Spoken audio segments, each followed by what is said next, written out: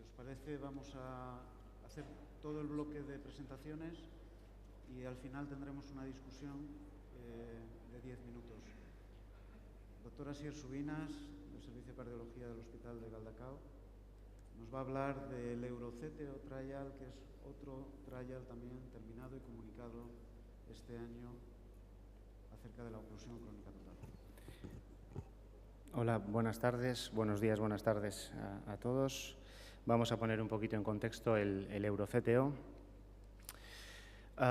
Comenzar diciendo simplemente que disponemos en la literatura de numerosísimos registros observacionales, muchísimos, todos ellos, la mayoría de ellos centrados en endpoints duros como mortalidad por cualquier causa, MACE, mortalidad cardíaca, los más contemporáneos con resultados que tienden a ser más favorables, ¿no?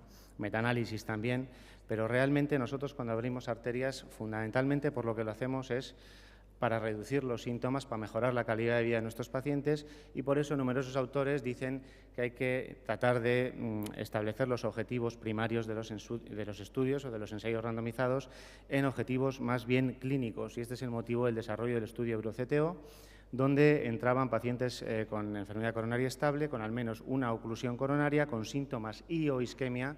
Obviamente, en aquellos casos que fuera necesario, pues se exigía la presencia de viabilidad. Arterias de cierta entidad, nada de ramas secundarias, etcétera, y con un diámetro mínimo de 2,5 milímetros. Los pacientes con enfermedad multivaso y lesiones no oclusivas significativas, se enfatizó en hacer FFR a los pacientes, etcétera, tenían que ser revascularizados antes de la randomización, lo cual es un punto importante del estudio. Este es el diagrama de flujo del estudio, pacientes con angina, con síntomas parecidos a la angina. Bien, eran aleatorizados en una aleatorización 2:1 a PCI, tratamiento farmacológico óptimo o terapia farmacológica óptima.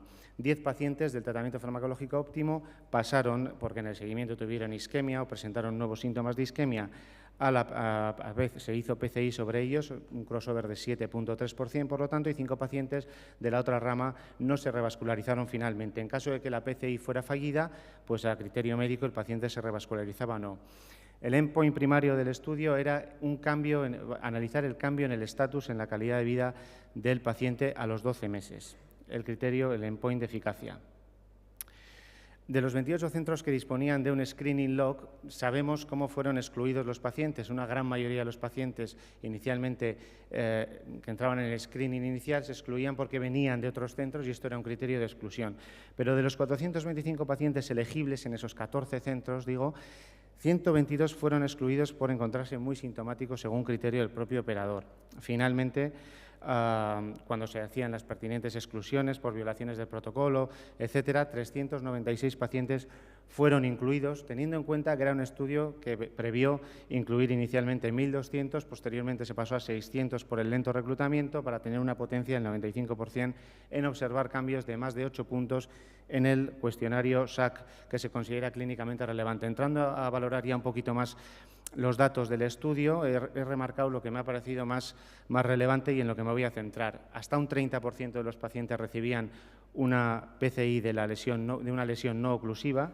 Llama la atención que un 85% de los pacientes tuvieran hecho estudio de viabilidad miocárdica y un 50% de los pacientes, esto no se corresponde con las series, con los registros observacionales, eran enfermos monovaso. El perfil de la lesión también es un poco más favorable que el que solemos acostumbrar a ver en los registros observacionales, con un J-score de 1,7 aproximadamente, normalmente suele ser 2,1, 2,2 en los ensayos randomizados y en los registros incluso más, calcificación y tortuosidad baja. El 86% se finalizaron con éxito, bastante acorde con los resultados que tenemos en la actualidad, y un 36% de los procedimientos se hicieron por vía retrógrada, 2 horas de media de duración.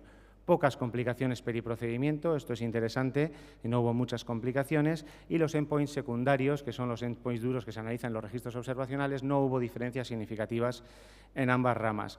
El endpoint primario se analizó con el cuestionario Shatter, que es un cuestionario específico para angina, un cuestionario válido, fiable, que mide 5 dominios o 5 dimensiones importantes de pacientes con enfermedad isquémica coronaria y es sensible a los cambios clínicos. También se les pasó a los pacientes un cuestionario, el EuroQoL, que es un test genérico de salud y se utiliza para hacer valoraciones económicas y análisis de años ganados ajustados a calidad de vida.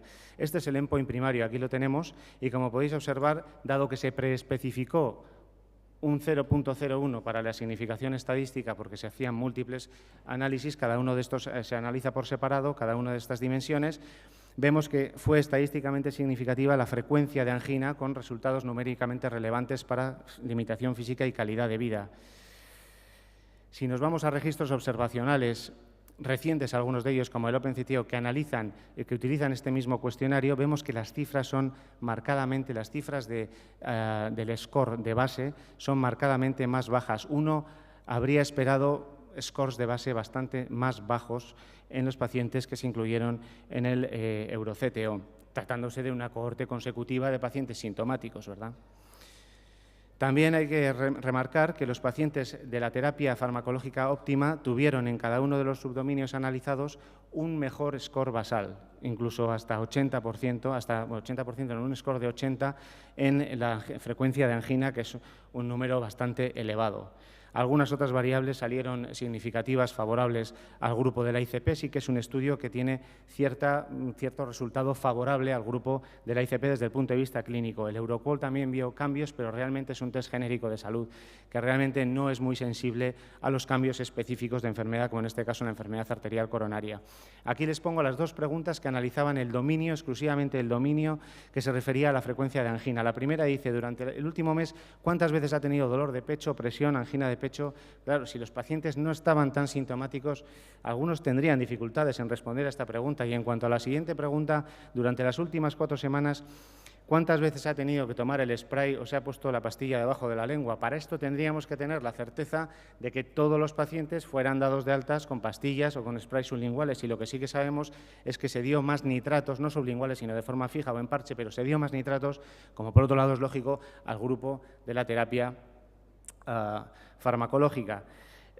Si a cualquier persona de la audiencia preguntáramos ahora mismo, analizásemos cuál es su estado de satisfacción en la relación de pareja, todos aquellos de ustedes que tengan pareja, y respondiera cualquiera de ustedes que es extremadamente feliz en su relación de pareja o que es casi absolutamente o casi completamente seguro que su pareja es un perfecto romántico o romántica o que no se puede imaginar a otra persona haciéndole tan feliz como ella o que es completamente cierto que forman parte de un equipo, pues a la pregunta demoledora de ¿y si usted pudiera volver a elegir, qué elegiría? Pues uno esperaría, lógicamente, que respondiera cuando menos que casi completamente cierto, ¿no? Pero si nos vamos a valores más bajos, pues ya obviamente no tendría tanta coherencia. Pues como pueden observar, el EuroCTO es como la vida misma. Tendríamos que haber preguntado a nuestros pacientes si volverían a pasar por el mismo procedimiento en caso de tener la oportunidad de volver a elegir, ¿no?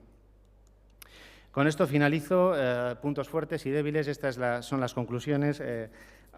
Suscribo todo lo que ha dicho el doctor Teruel, sería bastante aplicable también, pero bueno, ya es un ensayo randomizado en el que disponemos de un endpoint clínico favorable, se trataron las lesiones no oclusivas significativas susceptibles de producir angina en los pacientes, se incluyen pacientes con restenosis oclusivas intraestén, hay un 11% que tienen cirugía previa, bastante representativo de lo que solemos ver habitualmente, el crossover fue bajo, y hay bajo riesgo periprocedimiento. No tenemos todavía datos de seguridad a 3 años. Sin embargo, por otro lado, los pacientes estaban menos sintomáticos de lo que habría haber esperado. Hay un sesgo, por tanto, de selección de paciente, pero también lo hay de lesión, con J-scores más bajo, más enfermedad monovaso y centrado en cuestionarios, uno echa de menos pues, datos más objetivos o más objetivables, como son ergospirometrías o consumos de oxígenos, picos de pulsos de oxígeno, umbral anaerobio, etcétera, ¿no? Bueno, pues muchas gracias por su atención. Esto es todo.